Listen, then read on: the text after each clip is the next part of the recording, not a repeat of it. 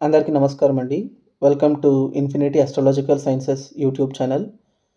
ఈరోజు మనము జాతకంలో పాపగ్రహాలు, లేకపోతే వక్రగ్రహాలు, లేకపోతే నీచగ్రహాలు అనేవి ఒక మనిషి జీవితంలో ప్రశాంతమైనటువంటి దాంపత్య జీవితాన్ని, కళత్ర సుఖాన్ని, దాంపత్య సుఖాన్ని, అలాగే ఒక అన్యోన్యమైనటువంటి కుటుంబ జీవితాన్ని ఎలా అందిస్తుందో డిస్కస్ చేసుకోబోతున్నాము.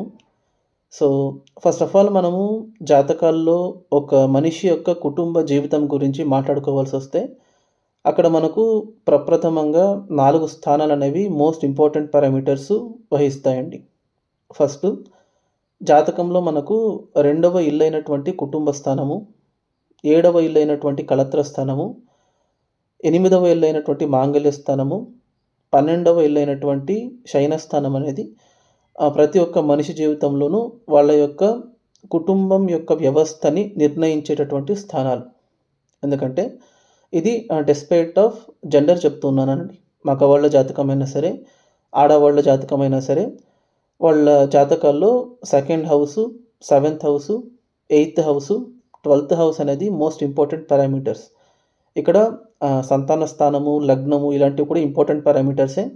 నేను ఇక్కడ చెప్పేటప్పుడు ఒక ఫ్యామిలీ లైఫ్ అనేది ఒక మనిషి జాతకంలో ప్రిడామినెంట్‌గా ఆధారపడేది ఈ 4 పిల్లర్స్ మీదే. సో, ఎప్పుడైతే ఒక మనిషి జాతకంలో second house, seventh house, eighth house, 12థ్ హౌస్ అనేది బలపడతాయో, లేకపోతే పాజిటివ్‌గా రియాక్ట్ అవుతాయో, అప్పుడు ఆ మనిషి యొక్క జీవితంలో వాళ్ళు అనుభవించేటటువంటి కుటుంబ సుఖం ఏదైతే ఉందో అది మంచిగా లభిస్తుందని చెప్తారు. ఇక్కడ సెకండ్ హౌస్ అనేది ఏంటంటే, ఒక మనిషి యొక్క కుటుంబ సభ్యులతో ఉన్నటువంటి బాండింగ్‌ని సూచిస్తుందండి. పర్టిక్యులర్‌లీ సెకండ్ హౌస్ అనేది ఇమ్మీడియేట్ ఫ్యామిలీ. అంటే అక్కడ మనకు బంధువులు, బంధుమిత్రులు, రిలేటివ్స్ ఇలాంటివన్నీ వస్తాయి. కానీ మెయిన్‌గా చూసుకునేటప్పుడు ఒక ఇంట్లో మనకున్నటువంటి గృహంలో మనకున్నటువంటి ఇమ్మీడియేట్ ఫ్యామిలీ యొక్క అట్మాస్ఫియర్ ఎలా ఉంటుంది? మన ఫ్యామిలీ మెంబర్స్‌తో మనకున్నటువంటి అటాచ్‌మెంట్, బాండింగ్ ఎలా ఉంటుందనే విషయాన్ని మనకు 2 ఏళ్ళు సూచిస్తుంది. అంటే ఇప్పుడు ఫర్ ఎగ్జాంపుల్ ఒక ఫ్యామిలీలో తల్లి, తండ్రి, భార్య, భర్త, కొడుకు, కూతురు ఉన్నారనుకోండి. అది సెకండ్ హౌస్. కానీ తండ్రి వాళ్ళ రిలేటివ్స్, తల్లి వాళ్ళ రిలేటివ్స్, భార్య తరపున రిలేటివ్స్ వీళ్ళందరూ సెకండ్ హౌస్‌లోనే లింక్ అవుతారు. కానీ సెకండ్ హౌస్ యొక్క కండిషన్ అనేది ఎలా ఉంటుంది అనంటే, ఒక ఫ్యామిలీలో అంటే ఒక ఇంట్లో ఉన్నటువంటి ఇమ్మీడియేట్ ఫ్యామిలీ యొక్క అట్మాస్ఫియర్ అయినా సరే, ఆ ఫ్యామిలీ మెంబర్స్‌తో ఉన్నటువంటి బాండింగ్ అయినా సరే, ఒక మనిషి జీవితంలో ఎలా ఉంటుంది అని డిక్టేట్ చేసేది ఒక జాతకంలో సెకండ్ హౌసు, సెకండ్ లార్డ్ యొక్క కండిషన్. సిమిలర్‌లీ సెవెంత్ హౌస్ విషయానికొచ్చేటప్పుడు ఏంటంటే కళత్ర స్థానం. అంటే ఒక కుటుంబ జీవితంలో ఒక మనిషి తన లైఫ్ టైమ్‌లో మాక్సిమం టైమ్ స్పెండ్ చేయగలిగేది వాళ్ళ యొక్క లైఫ్ పార్ట్నర్‌తోనే. తల్లిదండ్రితోనో, పిల్లలతోనో కూడా వాళ్ళు ఎక్కువ కాలం ఉండరు. బట్ లైఫ్ పార్ట్నర్ అనే వాళ్ళతోనే వాళ్ళు టైం అనేది ఎక్కువ స్పెండ్ చేయగలుగుతారు. అందుకే వాళ్ళను లైఫ్ పార్ట్నర్ అని చెప్తారు. సో, ఇక్కడ లైఫ్ పార్ట్నర్‌తో ఉన్నటువంటి సంబంధమైనా సరే, లేకపోతే జీవిత భాగస్వామితో వాళ్ళు ఏర్పరుచుకునేటటువంటి బాండింగ్ అనేది మనకు జాతకంలో సెవెంత్ హౌస్ నిర్ణయిస్తుంది. సో, సప్తమ స్థానము, సప్తమాధిపతి యొక్క కండిషన్ అనేది క్వాలిటీ ఆఫ్ ద మ్యారిటల్ రిలేషన్‌షిప్‌ని సూచించేటటువంటి ఒక factor. At the same time eighth house అనేది మనకు ఒక మ్యారిటల్ లైఫ్‌లో రిలేషన్‌షిప్ అనేది ఎంతకాలం కొనసాగగలుగుతుంది అనే విషయాన్ని సూచిస్తుందండి.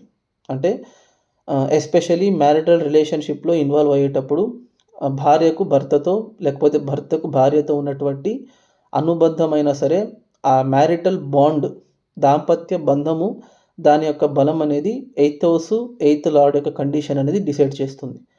సో, అలాగే వాళ్ళ యొక్క పార్ట్నర్స్ యొక్క లాంజివిటీ. మరీ ముఖ్యంగా ఆడవాళ్ళ జాతకంలో అష్టమ స్థానం అనేది మాంగళ్య స్థానం అవుతుంది.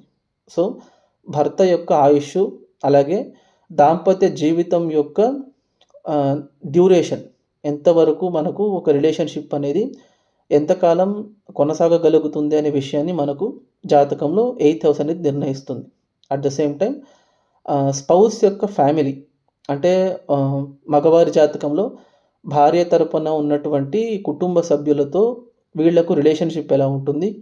అట్ ద సేమ్ టైం భార్య జాతకంలో భర్త కుటుంబం, మరీ ముఖ్యంగా అత్తయ్య మావయ్యలతో వాళ్ళ కుటుంబంలో మమేకం అవ్వగలిగే ఒక కెపాసిటీని, కేపబిలిటీని మనకు స్త్రీల జాతకంలో 8th హౌస్ అనేది నిర్ణయిస్తుంది. At the same time 12th house అనేది మనకు భార్యాభర్తల మధ్య ఉన్నటువంటి intimate relationship, bed comforts, physical compatibility ఇలాంటివన్నీ సూచిస్తుంది. సో ఎప్పుడైతే జాతకంలో మనకు నేను చెప్పినటువంటి ఈ 4 houses, 2nd house, 7th house, 8th house, 12th house అనేది బలపడతాయో, పాజిటివ్‌గా రియాక్ట్ అవుతాయో, అంతకంత వాళ్ళ యొక్క మ్యారిటల్ రిలేషన్షిప్ అనేది బావుంటుందన్నట్టుగా మనం భావించాలి. సో ఇప్పుడు మనం రియల్ టైమ్ జాతకాలు చూసుకునేటప్పుడు ఏంటంటే, ప్రతి ఒక్కరికి నేను చెప్పినట్టు జాతకంలో ఉన్నటువంటి ఈ 4 స్థానాలు బలంగానే ఉండకపోవచ్చు. అంటే చాలామంది జాతకంలో ఏంటంటే, ఫర్ ఎగ్జాంపుల్ 2nd లార్డు బలపడి 7th లార్డ్ బలహీనపడ్డారనుకోండి, అందరూ భయాందోళనకి గురైపోతారు. అంటే ఇప్పుడు ఎవరైనా జాతకంలో 7th లార్డ్ గనక నీచబడిపోతేనో, లేకపోతే 7th హౌస్‌లో పాపగ్రహం ఉంటేనో, 7th హౌస్‌లో ఏదైనా నీచగ్రహం ఉంటేనో, వాళ్లకు దాంపత్య జీవితం బావుండదని చెప్తారు. లేదా పెళ్లి లేట్ అయిపోతుందని చెప్తారు. పెళ్లి తొందరగా అయినా కూడా రిలేషన్‌షిప్ అనేది సెట్ అవ్వదు మంచిగా అని చెప్తారు.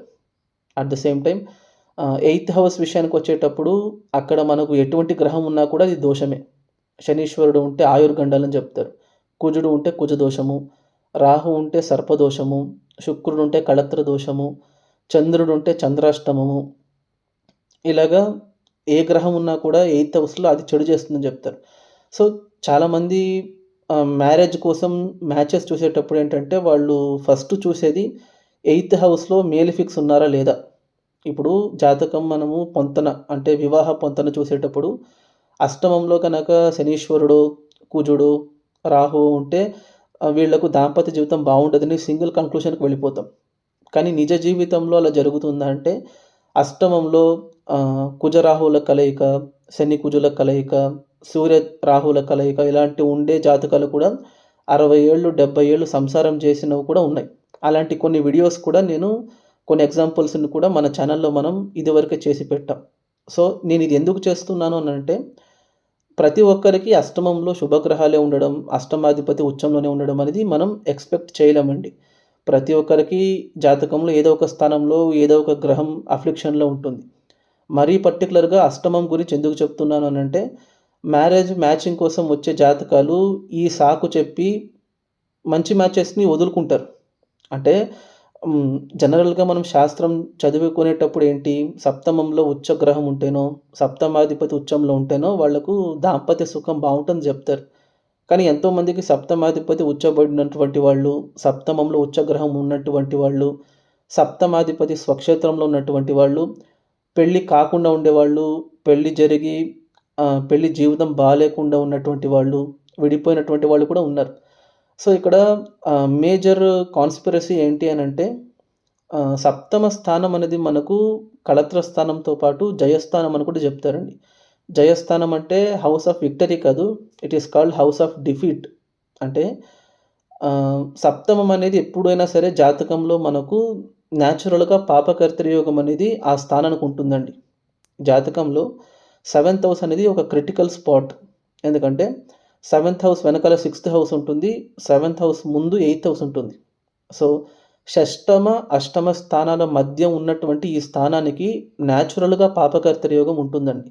అందుకే నేను ఇదివరకే చెప్పినట్టు మన వీడియోస్‌లో సప్తమంలో మనకు ఒక బలమైనటువంటి గ్రహం ఉండడం కంటే, పర్టిక్యులర్‌లీ శుభగ్రహాలు ఉండడం కంటే, పాపగ్రహమో, పాపత్వం చెందినటువంటి గ్రహమో, లేకపోతే బలహీనమైనటువంటి గ్రహం ఉంటేనో వాళ్లకు దాంపత్య సుఖం బావుంటుందని చెప్పుకుంటారు.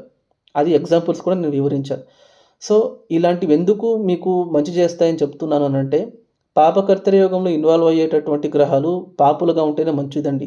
ఎందుకంటే మనము మ్యాథమెటిక్స్‌లో చదువుకున్నట్టు నెగెటివ్ ఇంటూ నెగెటివ్ మనకు పాజిటివ్ రిజల్ట్స్ ఇస్తుంది. సో ఎప్పుడైనా సరే సప్తమంలో శనిగానో, రాహువునో, కేతువునో, కుజుడో ఉంటే ఆ మ్యాచెస్‌ని మీరేమీ రిజెక్ట్ చేయాల్సిన అవసరం లేదు. అఫ్‌కోర్స్ నేను చెప్పేది ఓన్లీ 7th హౌస్ అనేదే ఒక మనిషి యొక్క దాంపత్య జీవితాన్ని, కుటుంబ జీవితాన్ని నిర్ణయించదు. అందుకోసమే నేను ఈ వీడియో చేస్తున్నాను. ఎందుకంటే కుటుంబ జీవితానికి సంబంధించినటువంటి స్థానాలలో పాపగ్రహాలు ఉన్నట్టయితే వాళ్ళకు మ్యారిటల్ లైఫ్ బాగుండదా? జీవితము మంచిగా ఉండదా? వాళ్ళ లైఫ్‌లో వాళ్ళకు దాంపత్య సుఖం అనేది లభించదా అని గనక చూసుకుంటే అలా ఏమి కాదండి. అది మనం లోతుకు వెళ్లి అనలైజ్ చేయాలి. సో, అలాంటి ఒక జాతకం ఎలా ఉంటుంది? అది ఎలా వాళ్ళ నిజ జీవితంలో జరిగినటువంటి పరిణామాలేంటి అనేది కూడా ఇప్పుడు ఒక ఎగ్జాంపుల్ ద్వారా మనం వివరించుకుందాము. సో, మీరు గనక స్క్రీన్‌ని గమనించినట్టయితే మీకొక జాతకం కనబడుతుంది చూడండి. ఇది ఒక స్త్రీ జాతకం అండి. పర్టిక్యులర్‌లీ పెళ్ళిళ్ళలో ఏంటంటే స్త్రీల జాతకాలే చాలా వేలు పెట్టి చూపిస్తారు. స్త్రీ జాతకంలో దోషాలుంటేనే చాలామంది రిజెక్ట్ చేస్తారు కదా! సో, ఇది స్త్రీ జాతకము. ఈవిడ జాతకాన్ని గనక గమనించినట్టయితే, ఈవిడ గ్రహస్థితిని చూసుకుంటే, ఈవిడ జన్మించిందొచ్చేసి మకర లగ్నంలో జన్మించారండి. ద్వితీయ స్థానంలో కేతువు, సప్తమ స్థానంలో వక్రించినటువంటి గురువు, అష్టమ స్థానంలో వక్రించినటువంటి శని, రాహువు, దశమ స్థానంలో శుక్రుడు, లాభస్థానంలో చంద్ర, బుధులు, వ్యయస్థానంలో సూర్య, కుజులు ఉన్నారండి. ఇక్కడ గురువుకి, శనికిను ఎందుకు బ్రాకెట్స్ వేశానంటే వాళ్ళిద్దరూ వక్రించి ఉన్నారు. ఓకేనా? సో, ఇప్పుడు జాతకంలో వేరే స్థానాలన్నీ వదిలేయండి. నేను చెప్పినటువంటి 4 స్థానాల్ని మాత్రమే మీరు గమనించండి. కుటుంబ జీవితాన్ని నిర్ణయించేటటువంటి మోస్ట్ ఇంపార్టెంట్ పారామీటర్స్ ఏవి? సెకండ్ హౌస్ కుటుంబ స్థానము, సెవెంత్ హౌస్ కళత్ర స్థానము, ఎయిత్ హౌస్ మాంగళ్య స్థానము, 12థ్ హౌస్ శయన స్థానం. సో, ఇందాక నేను చెప్పినటువంటి 4 స్థానాలలో ఈ 4 స్థానాలు ఈ జాతకంలో గనక చూసుకున్నట్టయితే 4 స్థానాల్లోనూ పాపగ్రహాలు ఉన్నాయండి. ఫస్టు కుటుంబ స్థానాన్ని తీసుకోండి. అక్కడ కేతు ఉన్నారు. సప్తమ స్థానాన్ని తీసుకోండి. అక్కడ వక్రించినటువంటి గురువు ఉన్నారు. అష్టమ స్థానాన్ని తీసుకోండి. శని, రాహువుల కలయిక ఉంది. శయన స్థానాన్ని తీసుకోండి. సూర్య, కుజుల కలయిక ఉంది. సో, ఇప్పుడు ఫస్ట్ ఆఫ్ ఆల్ ఈ జాతకాన్ని చూసే ఫస్ట్ గ్లాన్స్‌లోనే మనం చెప్పేదేంటంటే ఈవిడకు కుటుంబ జీవితం అనేది బాగుండకూడదు. ఈవిడకు అసలు పెళ్లి కాకూడదు. పెళ్ళైనా విడిపోయి ఉండాలి. దాంపత్య జీవితం బాగుండకూడదు. కొన్ని సార్లు ఈవిడ భర్త కూడా చనిపోయి ఉండాలి. భర్త వియోగమై ఉండాలి. విధవ యోగం అనేది కూడా రావాలి ఈవిడకు. అట్ ద సేమ్ టైమ్ 12వ ఇంట్లో సూర్యుడున్నారు, కుజుడున్నారు. అది చాలా తీవ్రమైనటువంటి కుజ దోషానికి దారి తీయాలి. ఎందుకు ఇలా చెప్తున్నానంటే, ఎప్పుడైతే మనకు ద్వితీయ స్థానంలో కేతు ఉంటారో ఆయన కుటుంబాన్ని ఇవ్వరని చెప్పేస్తాం కదా మనము. ఎందుకంటే కేతువు యొక్క ఇన్హెరెంట్ క్యారెక్టరిస్టిక్ ఏంటి? ఆయన ఏ స్థానంలో ఉంటారో, ఏ గ్రహంతో పాటు కలిసి ఉంటారో, ఆ కారకత్వాల నుండి మనల్ని వేరు చేసేస్తుందని చెప్తాం. ఎందుకంటే ఆయన మోక్షకారకుడు కాబట్టి, ఏ స్థానంలో గనక కేతువు మనకు ఉంటారో, ఆ స్థానానికి సంబంధించినటువంటి కారకత్వాలన్నీ జీవితంలో మన నుండి ఆయన దూరం చేస్తారని చెప్తారు. ఇది జనరల్ బిలీఫ్. కానీ కేతు నిజ జీవితంలో అలా ఎప్పుడు అందరికీ అలాగే చేస్తారనంటే అలా కాదండి. కేతువుకున్నటువంటి ఇన్హెరెంట్ క్యారెక్టరిస్టిక్ ఏంటంటే, ఆయన మనకు జాతకంలో ఫిజికల్ లైఫ్‌లో మంచి చేయాలి అనుకుంటే, అది ఎలా చేయగలుగుతారు అనంటే, కేతు ఉన్నటువంటి రాశ్యాధిపతి గాని, నక్షత్రాధిపతి గాని బలపడితే, ఆ గ్రహం గనక కేతువుకి సంబంధపడితే అప్పుడు అది విపరీతంగా యోగిస్తుంది మనకు జాతకంలో. ఇక్కడ గనక చూసుకుంటే, కేతు ఉన్నటువంటి రాశ్యాధిపతి శనీశ్వరుడు కేతువుని చూస్తున్నారు చూడండి అక్కడ. అంటే కుటుంబ స్థానాధిపతి యొక్క దృష్టి కుటుంబ స్థానం మీద పడుతూ ఉంది. సో, ఎప్పుడైతే ఒక గ్రహము తన సొంత ఇంటిని తానే చూసుకుంటారో, అప్పుడు ఆ స్థానాన్ని బలహీనపరచడానికి వదలరు. బికాస్ సాటర్న్ ఎనర్జీ అనేది సాటర్న్ హౌస్ మీద పడుతూ ఉంది. సో, శని గ్రహము ఆయన యొక్క దృష్టి ఆయన సొంత ఇంటి మీద పడేటప్పుడు ఆ స్థానం అనేది ఇంకా బలపడుతుంది గానీ బలహీనపడదు. నంబర్ 1. అలాగే కేతువు అనేవాడు ఒక వక్రగ్రహం అండి. ఎప్పుడైనా సరే రాహు, కేతువులు జాతకంలో మనకు ఇంకొక వక్రగ్రహానికి కనెక్ట్ అయ్యేటప్పుడు అది మనకు రాజయోగం కింద వర్తిస్తుంది. ఇక్కడ గనక చూసుకుంటే కేతు ఉన్న నక్షత్రాన్ని తీసుకోండి. ఆయన పూర్వభాద్ర నక్షత్రంలో ఉన్నారు. అది గురువు నక్షత్రం అవుతుంది. గురువు ఎలా ఉన్నారో చూడండి. సప్తమంలో వక్రించి ఉన్నారు. అంటే ఒక వక్రించినటువంటి కేతువు ఇంకొక వక్రగ్రహమైనటువంటి గురువు నక్షత్రంలో ఉండేటప్పుడు కేతువు అక్కడ ఈవిడకు విపరీతమైనటువంటి రాజయోగాన్ని ఇవ్వాలి. సో, దాని అర్థం ఏంటి? సెకండ్ హౌస్‌లో ఉన్నటువంటి కేతువు ఈవిడకు మంచి కుటుంబ జీవితాన్ని ఇవ్వాలి. అంతేగాని కుటుంబం నుంచి వేరు చేసేయకూడదు ఆవిడకు. ఇది ఫస్ట్ పాయింట్. సెకండ్ పాయింట్, ఇప్పుడు కళత్ర స్థానం విషయానికొస్తే కళత్ర స్థానంలో గురువు ఉన్నారు కదా! అది మంచిదే అని అనుకుంటాం. కానీ జాగ్రత్తగా గమనిస్తే కళత్ర స్థానంలో గురువు వక్రించి ఉన్నారు. నార్మల్‌గా లేరు. సో, మనం జనరల్‌గా జాతకాలు చెప్పుకునేటప్పుడు ఏంటి, సప్తమంలో గనక వక్రగ్రహాలుంటే మంచిది కాదు. ఇన్ జనరల్ సప్తమం అనే కాదు, అసలు జాతకంలో ఏదైనా ఒక గ్రహం వక్రిస్తేనే చెడ్డదని చెప్పేస్తాం కదా మనం. ఇక్కడ చూసుకుంటే సప్తమంలో గురువు వక్రించి ఉన్నారు. అప్పుడేమవుతుంది, ఈ లగ్నానికి పర్టిక్యులర్‌లీ ఆ గురువు పాపగ్రహం. సో, పాపగ్రహాలు సప్తమంలో ఉంటే మంచిది కాదని చెప్తారు. కానీ ఎప్పుడైనా సరే ఒక పాపగ్రహం జాతకంలో వక్రించి ఉంటే అది రివర్స్‌లో మనకు శుభగ్రహం ఇచ్చే ఫలితాలు ఇస్తుంది. First point. సెకండ్ పాయింటు, ఇందాక నేను చెప్పినట్టు ఇక్కడ గనక గురువు ఆవిడకు వక్రించకుండా ఉండుంటే ఆయన అక్కడ ఉచ్చబడేవాడు. కానీ ఆయన అక్కడ వక్రించున్నారు. అప్పుడేమవుతుంది, సప్తమ స్థానంలో గురువు నీచబడ్డట్టు భావించాలి మనం. అంటే సప్తమంలో ఒక నీచ గ్రహం ఉంది, వక్రగ్రహం ఉంది, పాపగ్రహం ఉంది. సప్తమాధిపతి పోనీ ఎలా ఉన్నారు, ఆయన కూడా 11 నీచబడి ఉన్నారు. దాని అర్థం ఏంటి, సప్తమంలో నీచగ్రహము, సప్తమాధిపతి నీచము, సప్తమంలో పాపగ్రహము, సప్తమంలో వక్రగ్రహం. అలాంటప్పుడు ఈవిడకు పెళ్ళే కాకూడదు కదా, ఈవిడకు పెళ్ళే కాకూడదు, వివాహ యోగం అనేది ఉండకూడదు ఈవిడకు. కానీ ఈవిడకు అలా ఉందా అని అంటే ఆవిడకు 2001లోనే వివాహం అయిపోయింది. అది తర్వాత చెప్తాను, నేను దశలకు వచ్చేటప్పుడు చెప్తాను. అంటే సప్తమంలో ఎప్పుడైనా సరే పాపగ్రహాలు ఉంటే మంచిదని ఇందాక నేను ఎందుకు చెప్పాను అనంటే, సప్తమం అనేది న్యాచురల్‌గానే జాతకంలో పాపకర్తృ యోగంలో ఇన్వాల్వ్ అయినటువంటి ఒక స్థానం అండి. అక్కడ పాపగ్రహాలు ఉంటేనే మంచిది మీకు. మకర లగ్నానికి అత్యంత పాపి ఎవరు, గురువు. 3rd అండ్ 12th లార్డు ఆయన సప్తమంలో వక్రించి ఉన్నారు. అంటే ఎవరైతే మీకు జనరల్‌గా పాపగ్రహ ఫలితాలు ఇవ్వాలో ఆయన వక్రించి ఉండేటప్పుడు రివర్స్‌లో మీకు శుభగ్రహ ఫలితాలు ఇస్తారు. సో, దాని అర్థం ఏంటి, ఆవిడకు దాంపత్య స్థానం ఏదైతే ఉందో, కళత్ర స్థానం ఏదైతే ఉందో అది చెడు చేయాల్సింది కాస్త రివర్స్‌లో మీకు మంచి చేస్తుంది. At the same time 8th house విషయానికి రండి. ఇది మోస్ట్ ఇంపార్టెంట్. ఈ జాతకంలో అందరూ వేలు పెట్టి చూపించేటటువంటి అంశం ఏదైనా ఉందంటే అది 8th హౌసే. ఎందుకంటే అష్టమంలో శని రాహువుల కలయిక ఉండేటప్పుడు వాళ్ళకసలు ఆయుష్ ఉండదు. విపరీతమైనటువంటి మాంగళ్య దోషము, ఆయుర్గండము, సర్పదోషం అనేది రావాలి. కానీ ఈవిడకి అలా జరిగిందనంటే అలా ఏం జరగలేదు. ఎందుకు అష్టమంలో శని రాహులు ఈవిడకు చెడు చేయరు అని చెప్తున్నాను అనంటే, శనీశ్వరుడు ఫస్ట్ ఆఫ్ ఆల్ ఈ జాతకానికి లగ్నాధిపతి. ఆయన ఎప్పుడు చెడు చేయరు ఈ జాతకానికి. కానీ ఆయన ఉన్నది శత్రువింట్లో. ఇక్కడ గనక ఆయన వక్రించకుండా ఉండుంటే అప్పుడు ప్రాబ్లమ్ అయ్యుండేది. ఎందుకంటే శనీశ్వరుడు వక్రించకుండా ఉండుంటే శత్రుక్షేత్రం యొక్క ఎఫెక్ట్ ఆయన మీద పడుండేది. కానీ ఆయన వక్రించి ఉన్నారు. సో, ఎవరైతే మీకు శత్రుక్షేత్రంలో బలహీన పడాలో అదే గ్రహం గనక వక్రిస్తే రివర్స్‌లో మీకు మిత్రక్షేత్రంలో ఇవ్వాల్సిన ఫలితాలు ఇస్తుంది. అంటే ఇండైరెక్ట్‌గా ఆ గ్రహం మీకు బలపడుతుంది. అలాగే ఆయన ఉన్నటువంటి గ్రహం చూడండి ఎవరితో పాటు కలిసున్నారు ఆయన, వక్రించిన శని రాహువుతో పాటు కలిసున్నారు. ఇందాక నేను చెప్పినట్టు ఒక వక్రగ్రహం గనక ఇంకొక వక్రగ్రహంతో పాటు కలిసుంటే అది మీకు రాజయోగాన్నివ్వాలి. సో, ఇక్కడ రాజయోగం అనేది మాంగళ్య స్థానంలో ఏర్పడుతుంది. మాంగళ్య స్థానాధిపతి ఎలా ఉన్నారో చూడండి. మాంగళ్య స్థానాధిపతి సూర్యుడు వ్యయస్థానంలో మిత్రక్షేత్రంలో రాజయోగంలో ఇన్వాల్వ్ అయినారు. విపరీత రాజయోగంలో ఇన్వాల్వ్ అయినారు ఆయన. అష్టమాధిపతి మిత్రక్షేత్రంలో వ్యయస్థానంలో ఇంకొక మిత్రుడితో పాటు కలిసి, చతుర్థాధిపతితో పాటు కలిసి చాలా విపరీత రాజయోగంలో కంఫర్టబుల్‌గా ప్లేస్ అయి ఉన్నారండి. అంటే అష్టమాధిపతి బలపడేటప్పుడు అష్టమ స్థానంలో ఉన్నటువంటి గ్రహాలకి కూడా స్థానబలం వస్తుంది. అట్ ద సేమ్ టైమ్ శనీశ్వరుడు ఉన్నటువంటి నక్షత్రం తీసుకోండి, ఆయన పూర్వ పల్గుని నక్షత్రంలో ఉన్నారు. శుక్రుడి నక్షత్రంలో ఉన్నారు. శుక్రుడు స్వక్షేత్రంలో ఉన్నారు. సో, 8th హౌస్‌లో మీకు శనీశ్వరుడు ఉన్నా కూడా ఆయన మంచి చేస్తారు. At the same time 8th హౌస్‌లో రాహు కూడా ఉన్నారు.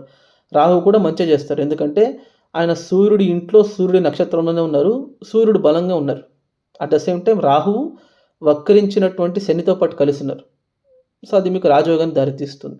దీని అర్థం ఏంటి, 8th హౌస్‌లో శని రాహువులు ఉన్నంత మాత్రాన 8th హౌస్ చెడిపోతుందని భావించకూడదండి. ఇది మోస్ట్ ఇంపార్టెంట్ పారామీటర్. లాస్ట్ శయనస్థానానికి రండి. శయనస్థానంలో సూర్య కుజుడు ఉన్నారు కదా. సో, అప్పుడు ఇది మనకు తీవ్రమైన కుజదోషానికి దారితీయాలి. కానీ ఇక్కడ కుజదోషం వర్తిస్తుంది ఆవిడకు. కానీ దానివల్ల ఎటువంటి చెడు జరగదు. ఎందుకంటే జాతకంలో ఎప్పుడైనా సరే మోక్ష త్రికోణాలు ఒకటికొకటి సంబంధపడేటప్పుడు అది కూడా రాజయోగానికి దారితీస్తుంది. ఇక్కడ చూసుకుంటే చతుర్థ స్థానం ఒక మోక్ష త్రికోణం అవుతుంది. అష్టమ స్థానం ఒక మోక్ష త్రికోణం అవుతుంది. ద్వాదశ స్థానం కూడా మోక్ష త్రికోణం అవుతుంది. సో, ఎప్పుడైతే 4థ్, 8థ్, 12థ్ ఒకటికొకటి ఇంటర్‌లింక్ అవుతాయో అంతకంతా మీకది రాజయోగానికి దారితీస్తుంది. ఇక్కడ చూసుకుంటే 4థ్ లార్డ్ 12థ్‌లో ఉన్నారు. 8థ్ లార్డ్ 12థ్‌లో ఉన్నారు. 4థ్ అండ్ 8థ్ లార్డ్ ఇద్దరు కలిసి 12థ్‌లో ఉన్నట్టు కూడా భావించొచ్చు. ఇందాక నేను చెప్పినట్టు 4థ్, 8థ్, 12థ్ 3 ఇక్కడ కనెక్ట్ అవుతుంది కాబట్టి ఇండైరెక్ట్‌గా అది మీకు రాజయోగాన్ని ఇవ్వాలి. అంటే 2 అగ్నితత్వ గ్రహాలు ఇంకొక అగ్నితత్వ రాశిలో మిత్రక్షేత్రంలో మిత్రులతో పాటు కలిసినట్టు అవుతుంది. రాజయోగం అవుతుంది, విపరీత రాజయోగం అవుతుంది, స్థానబలము వస్తుంది ఇద్దరికి. దానివల్ల ఇక్కడ మీకేమవుతుంది 12th హౌస్ అనేది కూడా ఆవిడకు పాజిటివ్‌గానే రియాక్ట్ అవుతుంది. ఓకేనా? సో, ఇప్పుడు జాతకంలో మనము ఫస్ట్ గ్లాన్స్‌లో చూసేటప్పుడు ఇవన్నీ మనకు నెగెటివ్‌గా కనిపిస్తాయి. కానీ నిజ జీవితంలో ఈవిడకు జరిగినటువంటి పరిణామాల గురించి మాట్లాడుకోవాల్సొస్తే, ఈవిడ జన్మించింది 1978 డిసెంబర్ 28న జన్మించారు. ఈవిడ పుట్టినప్పుడు ఈవిడకు బుధ దశ బ్యాలెన్సు 15 సంవత్సరాలు ఉందండి. ఆవిడ జ్యేష్ఠ నక్షత్రం 1వ పాదంలో జన్మించారు. సో, బుధ దశ 15 సంవత్సరాల తర్వాత ఆవిడకు కేతు దశ జరుగుతుంది. అది 7 సంవత్సరాలు. 2000 సంవత్సరం వరకు జరిగింది. 2000 సంవత్సరం నుంచి ఆవిడకు శుక్రదశ స్టార్ట్ అయింది. కరెక్ట్‌గా శుక్రదశ స్టార్ట్ అయ్యేటప్పటికి ఆవిడకు ఏజు 22 సంవత్సరాలు. కరెక్ట్‌గా శుక్రదశ స్టార్ట్ అయిన ఏడాదే, శుక్రదశ స్టార్ట్ అయిన నెక్స్ట్ మొమెంటే ఆవిడకు పెళ్లి జరుగుతుంది. 2001లో పెళ్లి జరుగుతుంది. అప్పటికి ఆవిడ 22 ఇయర్స్. అంటే మనం ఇక్కడ ఫస్ట్ ఏం డిస్కస్ చేసుకున్నాము, సప్తమంలో గనక పాపగ్రహాలుంటే, సప్తమం పాపత్వం చెందితే, సప్తమాధిపతి బలహీనపడితే పెళ్ళి జరగకూడదు కదా! ఈవిడకు చెప్పాలంటే బాల్య వివాహమే జరిగిపోయింది. అంటే 22 ఏళ్ళకే పెళ్ళైపోయింది ఆవిడకు. చెప్పాలంటే ఆవిడ చదువుకోవడానికి కూడా కుదరలేదు ఆవిడకు. ఎడ్యుకేషనే లేదు ఆవిడకు. హైయర్ ఎడ్యుకేషన్ బ్రేక్ చేసి మరీ దేవుడు ఆవిడకు పెళ్లి చేశాడు. 2001లో మ్యారేజ్ అయింది. సో, ఇప్పుడు మ్యారేజ్ అయింది కదా! మ్యారేజ్‌లో ఏమైనా బ్రేకప్స్ వచ్చిందా? మ్యారిటల్ లైఫ్ ఏమైనా ప్రాబ్లమ్ అయిందా? హస్బెండ్‌తో ఏమైనా విభేదాలు, విడాకులు ఏమైనా అయిపోయిందా? తాత్కాలికంగా సెపరేట్ అయ్యారా? ఏమైనా అయిందంటే ఏమీ జరగలేదండి. అప్పుడు పెళ్ళైంది ఇప్పటి వరకు ఆవిడ వాళ్ళ అత్తారింట్లో బానే ఉన్నారు. వాళ్ళ కుటుంబంతో మంచిగా మమేకమై ఉన్నారు. ఎందుకు మంచి అత్తయ్య మావయ్యలు దొరికారో చెప్తున్నానిక్కడ. అష్టమాధిపతి శుభత్వం చెంది ఉన్నారు. మిత్రక్షేత్రంలో గురువింట్లో మిత్రుడితో పాటు కలిసి విపరీత రాజయోగంలో ఇన్వాల్వ్ అయి ఉన్నారు. అట్ ద సేమ్ టైం కుటుంబాధిపతి వక్రించి అష్టమ స్థానంలో ఉన్నారు. ఎప్పుడైతే ఆడవాళ్ళ జాతకంలో కుటుంబ స్థానము, మాంగళ్య స్థానము లింక్ అవుతుందో దాని అర్థం ఏంటి? సొంత కుటుంబంలా, సొంత తల్లిదండ్రుల్లా చూసుకునేటటువంటి అత్తయ్య, మావయ్యలు దొరికారు ఆవిడకు. ఎందుకు? Because second lord is being placed in 8th house. That two he is being retrograde and he is very well posited in 8th house. So, అలాంటప్పుడు ఏంటి ఆవిడకు మాంగళ్య స్థానం విపరీతంగా బలపడుతుంది.